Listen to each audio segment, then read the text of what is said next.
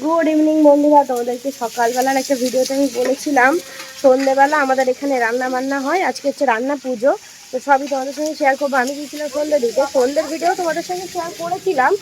তো এখন হচ্ছে রান্নাটা শেয়ার করবো।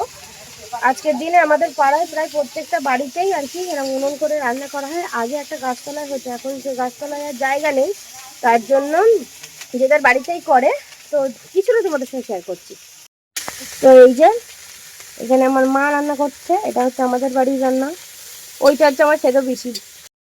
এই যে আমার এক ছোটখাটো কাকিমার বড় একখানা কড়া নিয়ে রান্না করছে। ভিডিও করছি, তোমার দেখা যাবে না। বা এখানে কাকু রান্না করছে।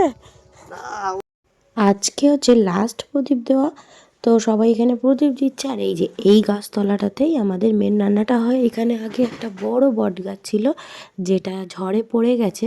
তো তারপরে একটা ছোট গাছ লাগানো হয়েছে, যে ডোনা দাঁড়িয়ে আছে। তো এখানেই এখন রান্নাটা হয়, কিন্তু সবাই আর এখানে আসে না, কারণ এখানে একটা মন্দির হচ্ছে ছোটোখাটো করে।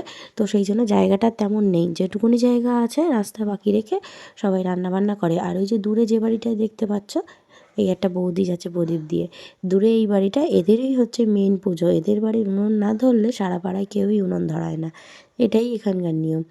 তো চলো বাড়ির দিকে যাওয়া যাক। রাস্তায় যেতে যেতে দেখো একটা কিউট বাঘ দেখতে পেয়েছি, কত কিউট না। তারপর এদিকে বাড়িতে সবাই চলে এসছে, বড় মানা দিয়ে এসছে, সোনু, রাইশ্রী, মিভান আর মানে সৌরিকের তো সেই আনন্দ।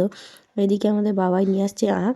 এই আখটা এসছে আমার দিদির বাড়ি থেকে, আমার দিদির বাড়ি গাছ আছে না, তোমাদেরকে বলেছি। আর এই যে আমাদের জিজু অনেকটা আঁক আনছে তো হাতে করে, ওই জন্য একটু আসতে লেট হচ্ছে। যাই হোক, দেখতেই পাচ্ছ হাতে কতটা আঁক আছে।